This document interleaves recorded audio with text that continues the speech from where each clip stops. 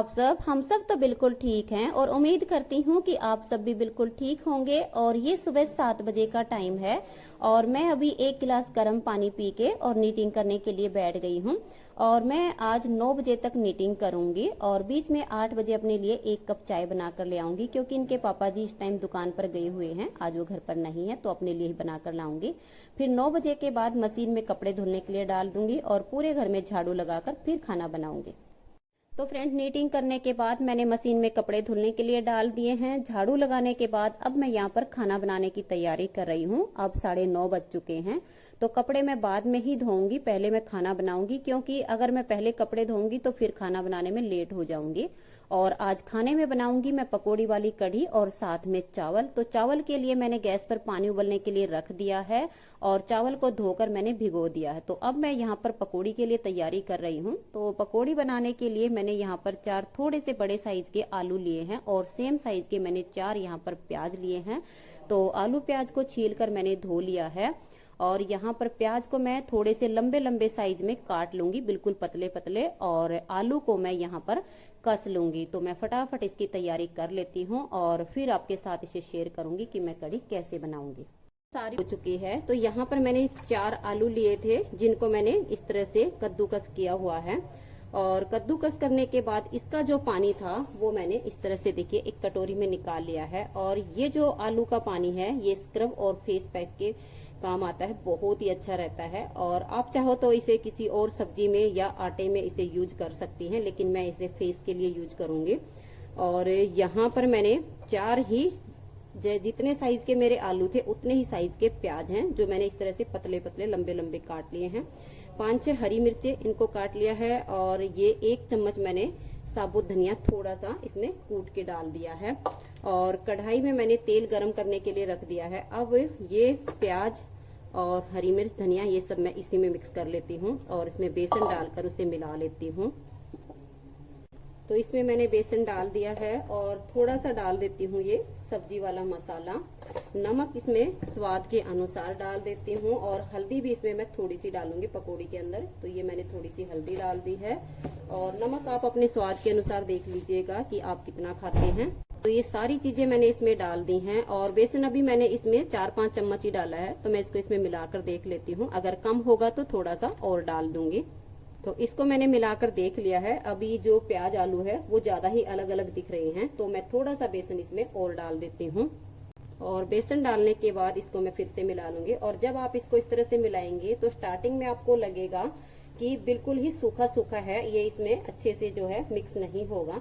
तो पानी इसमें गलती से भी नहीं डालना है। इसी वजह से तो मैंने पहले ही आलू के पानी को निकाल दिया है, ताकि हमारी जो पकौड़ी है वो बिल्कुल ही करारी करारी बने। और आप चाहो तो आलू को धोकर इसके पानी को निकाल भी सकती हैं, लेकिन आज मुझे ये जो आलू का पानी होता है अंदर का, ये चाहिए था, तो मैंने ऐसे ही निचोड़ कर उसको अलग कर लिया है।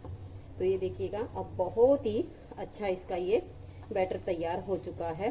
तो तेल भी मेरा गर्म हो चुका है, तो मैं ये हाथ एक बार धो लेती हूँ और फिर इसकी पकौड़ियाँ तल लेंगे। तो तेल मेरा बिल्कुल अच्छे से गर्म हो चुका है और अब मैं इसमें पकौड़ियाँ डालती हूँ। तो ये देखिए फ्रेंड्स, इस तरह से हम ये छोटी छोटी सी पकौड़ियाँ बनाकर इसमें डालेंगे।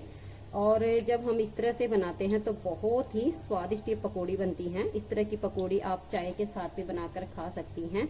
और मैं थोड़ी सी ज़्यादा बनाती हूँ, क्योंकि अब बना रही हूँ तो फिर मेरे बच्चे भी इसको खाएंगे, तो पहले वो खाएंगे, थोड़ी बहुत बचेंगी वो मैं कढ़ी में डालूंगी। तो ऐसे करके अब मैं ये सारी पकौड़ियाँ तल लूँगी। तो कढ़ाई में मैंने तेल थोड़ा ही डाला है, तो जितनी आएंगी उतनी मैं डाल देती हूँ। तो ये देखिए फ्रेंड्स, बहुत ही बढ़िया करारी पकौड़ी बनके तैयार हो चुकी हैं। तो आप आ जाइएगा और सबसे पहले गर्मा गर्म करारी करारी पकौड़ी खा लीजिएगा।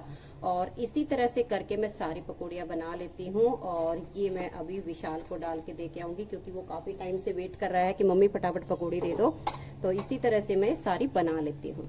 और गैस का जो फ्लेम है वो मैं हाई ही रखती हूँ, क्योंकि अगर तेल ठंडा पड़ जाता है तो फिर पकौड़ियाँ देर से बनती हैं और ज़्यादा तेल इनके अंदर चला जाता है और ये खाने में फिर बिल्कुल भी अच्छी नहीं लगती, एकदम तेल तेल लगता है।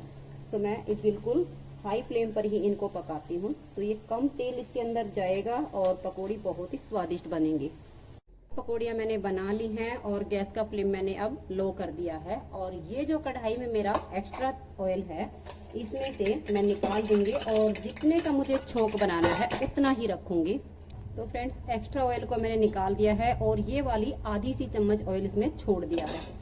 गैस का फ्लेम अब मैं फुल कर दूंगी और यहाँ पर मैंने एक प्याज और 5 से 6 कलियां लहसुन की हैं, जिनको मैंने बारीक बारीक कट किया हुआ है। और कढ़ी के लिए 2-3 हरी मिर्चें इस तरह से बारीक बारीक काट ली हैं। मिर्च आप अपने स्वाद के अनुसार रख सकती हैं। और अब ये मैं इसमें डालकर गोल्डन ब्राउन होने तक भूनूंगी, लेकिन बीच में मैं थोड़ी सी इसमें मेथी भी डालूंगी। प्याज का अब थोड़ा सा जब कलर चेंज हो जाता है तब मैं इसमें इस तरह से मेथी दाना डालती हूँ और इसे इसके साथ ही भून लूंगी। अगर हम इसके साथ पहले ही मेथी दाने को डाल देते हैं तो वो ज़्यादा भून जाता है और काला काला सा होने के बाद उसमें कड़वापन शुरू हो जाता है, टेस्ट नहीं आता है। तो अब मैं इसे भून लेती हूँ। प्याज हमारी बिल्कुल अच्छे से भून चुकी है, गोल्डन ब्राउन इसका जो कलर है वो आ गया है। और ये जो हरी मिर्च मैंने काटी हुई है अब ये मैं इसमें डाल लेती हूँ और थोड़ा सा इसको चला लेती हूँ, तो ये भी थोड़ी सी इसमें पक जाएंगी। और अब मैं डाल दूंगी इसमें हल्दी पाउडर, जितनी इसमें ज़रूरत है उतना। और इसको डालने के बाद थोड़ा सा मैं इसको भी चला लेती हूँ। और यहाँ पर मैंने कढ़ी के लिए घोल बना के रखा हुआ है और कढ़ी मेरी कल की है तो ये खट्टी है, क्योंकि पकौड़ी वाली जब कढ़ी बनाते हैं तो लस्सी खट्टी होनी चाहिए, तभी इसमें टेस्ट आता है। और इसमें मैंने सब्जी वाला मसाला और नमक इसके बीच में ही डाला हुआ है, तो अब ये मैं इसमें डाल देती हूँ। और ज़रूरत के अनुसार अब मैं इसमें पानी भी डाल दूंगी और 3 से 4 उफान आने तक इसे मैं हाई फ्लेम पर ही पका लूंगी और बीच बीच में मैं इसे इस तरह से चलाती रहूंगी। तो ये देखिए फ्रेंड्स, कढ़ी हमारी बिल्कुल अच्छे से उफन रही है। इसमें लगभग 5 से 6 उफान आ चुके हैं और अब मैं डाल दूंगी इसमें कसूरी मेथी। तो ये देखिए इस तरह से लगभग एक छोटी जो चम्मच होती है इतनी मैं इसमें कसूरी मेथी डाल दूंगी। आप कम ज़्यादा कर सकती हैं, आप अपने स्वाद के अनुसार। और 5 से 6 उफान और आने तक मैं इसे पका लूंगी। जब कढ़ी अच्छे से पक जाएगी तब देखिए चम्मच के ऊपर बिल्कुल अच्छे से ये लगनी शुरू हो जाएगी और इसमें चिकनाई आ जाएगी। तो फ्रेंड्स, कढ़ी हमारी बिल्कुल अच्छे से पक चुकी है और अब मैं इसमें डाल दूंगी ये पकौड़ियाँ। तो जितनी ज़रूरत है उतनी ही मैं इसमें ये पकौड़ियाँ डाल देती हूँ। और पकौड़ी डालने के लिए इसे मैं 2 मिनट तक ही गैस पर रखूंगी, उसके बाद गैस को बंद कर दूंगी, क्योंकि अगर ज़्यादा देर तक हमने इसको चलाया तो पकौड़ी जो होती हैं वो बिल्कुल ही गल जाती हैं। तो लगभग इसमें एक उफान आएगा 2 मिनट में। तो 2 मिनट हो चुकी हैं और गैस का फ्लेम मैंने बंद कर दिया है और इसे मैं 5 मिनट के लिए ढक कर रख दूंगी। तो इस तरह से मैंने इसको ढक दिया है और 5 मिनट में जो पकौड़ियाँ हमने डाली हैं वो बिल्कुल अच्छे से इसके अंदर फूल जाएंगी और वो कढ़ी के अंदर सॉफ्ट हो जाएंगी। तो फ्रेंड्स, 5 मिनट हो चुकी हैं और कढ़ी हमारी खाने लायक हो गई है। और इधर मेरे चावल भी बनके तैयार हो गए हैं, तो आप भी आजिए और हमारे साथ बैठकर गर्मा गर्म कढ़ी और चावल खा लीजिए। तो सबको फटाफट खाना खिला देती हूँ। और आप सबने अभी तक खाना खाया है कि नहीं खाया है ये तो मुझे नहीं पता, लेकिन आप आजिए और हमारे साथ बैठकर खा लीजिए। तो फ्रेंड्स, खाना बनाकर सबको खिला दिया है, खुद भी खा लिया है और बर्तन भी साफ कर दिए हैं, किचन भी अच्छे से साफ कर दिया है और मैंने अपने सारे कपड़े भी धो लिए हैं। और कुछ कपड़े मैंने वहीं जहां पर मेरी मशीन है वहीं पर 2 रस्सी है उनके ऊपर सुखा दिए हैं और कुछ को मैं यहाँ पर टब में भर के ले आई हूँ, तो इस वाली रस्सी पे सुखा दूंगी। और कपड़े सुखाने के बाद फिर मैं लगाऊंगी पोछा, क्योंकि अगर एक दिन वैसे तो मैं खैर पोछा ना भी लगाऊं तो चल जाता है, लेकिन जिस दिन मैं कपड़े धोती हूँ उस दिन तो जरूर लगाना पड़ता है, क्योंकि उधर मेरी मशीन है, फिर पैर गिल्ले होते हैं तो पूरे घर में चिपचिप हो जाती है, अच्छा नहीं लगता है, तो फिर जरूर पोछा लगाना पड़ता है। तो मैं फटाफट ये कपड़े सुखा के और फिर पोछा लगा देती हूँ और पोछा लगाने के बाद मैं नहा लूंगी।